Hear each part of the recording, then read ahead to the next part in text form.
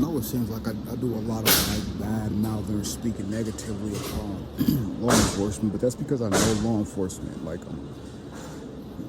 I work closely with law enforcement, man, a lot of the time, being in the community. And then, as you know, I have culinary certifications. So a lot of my culinary accreditation came from law enforcement, them tasting my meals, them believing in my skills, them coming back and forth to the cafe as I'm going through schooling.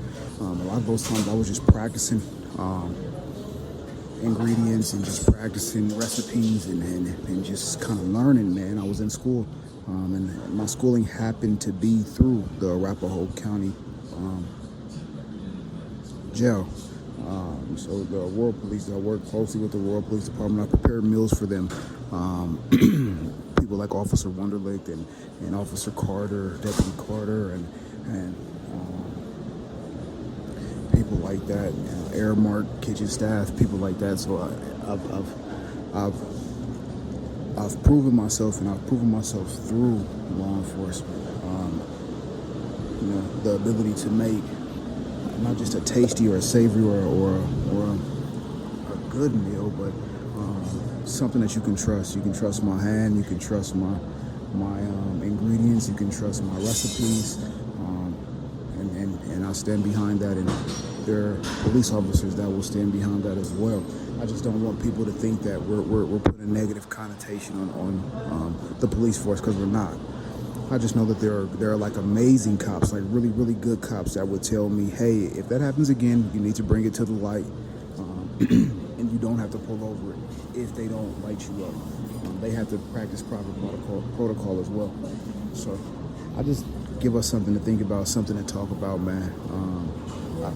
You know what? Let's change it. I know some gang members. A gang member left his girlfriend yesterday, and he was I don't know where he was, what he thought he was gonna do or what plan he had, but he left her, and I picked her up. And she's in my home, to be completely honest. So there you go, a Rural Police Department. I gave it one for you and one for the gang members too. I won't tell you who she is. I won't tell you who you is. I just gave her chicken, and I'm taking her to get Mexican when I get off. Now, I really stand on, like, thank you for your service business, Like, I make sure to salute it when I see it. When I try to have, like, my peers on the same accord, I try to make, like, my peers stand on the sign. Like, thank you for your service business whenever we're out and about. Give, I guess, our authority figures respect. That is our, but yeah, just kind of bring some awareness to it. We have NFL football back. Preseason starts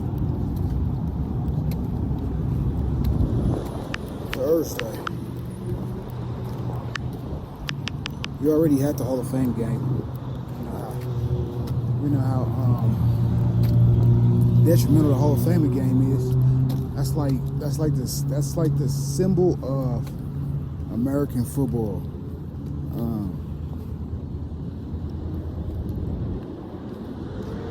So you got the Hall of Fame week, and then you got week one. Week one, you got Lions and Bengals, Packers and Steelers, Colts and Pats, Chargers, Texans, Cardinals, Raiders,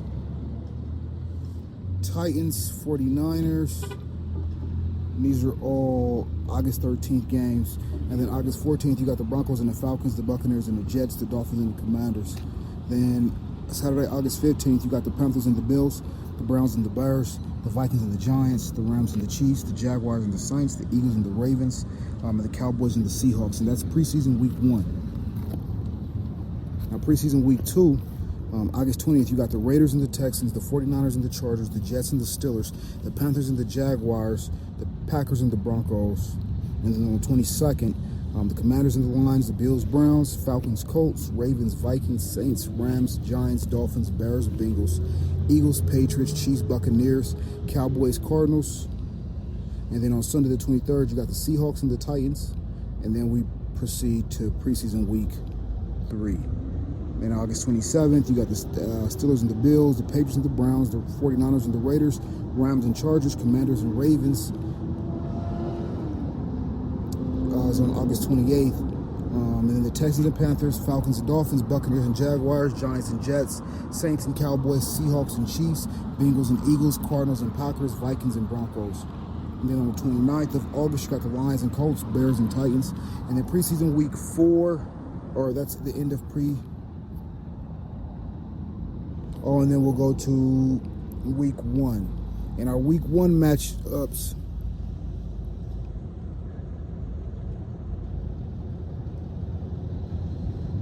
I'm looking forward to that Bills-Texans matchup.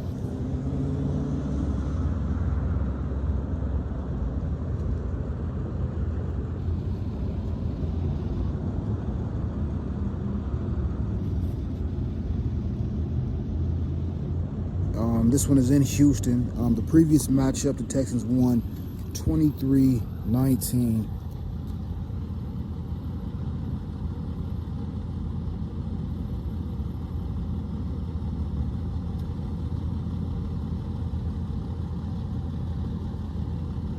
Josh Allen went 24-34 for 253 yards. Completion percentage being 70.59, averaging 7.4 yards a pass. And then Cook had 17 rushes for 116 yards. Josh Allen had 5 carries for 20 yards. Shakir had 8 receptions for 110 yards.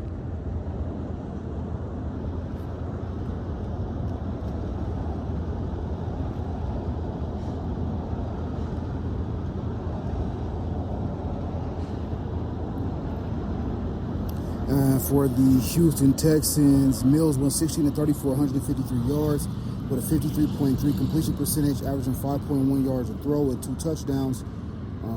Marks had 16 carries for 74 yards. Collins had 3 receptions for 55 yards.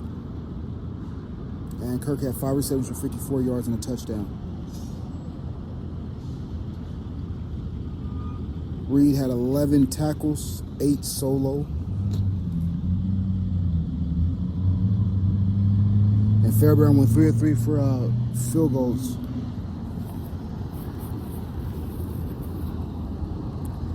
That's what I'm looking forward to week 1. And of course, anything Denver, anything Broncos, I'm into.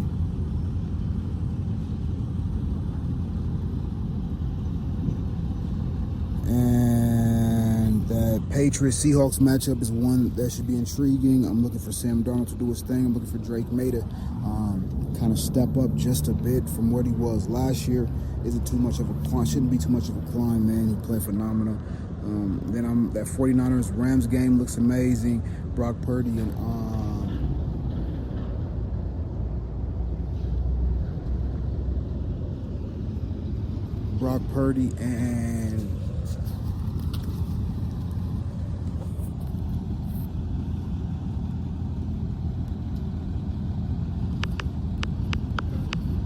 Matthew Stafford.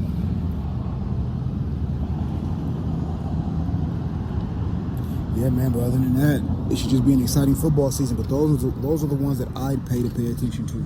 All right, 6 minutes.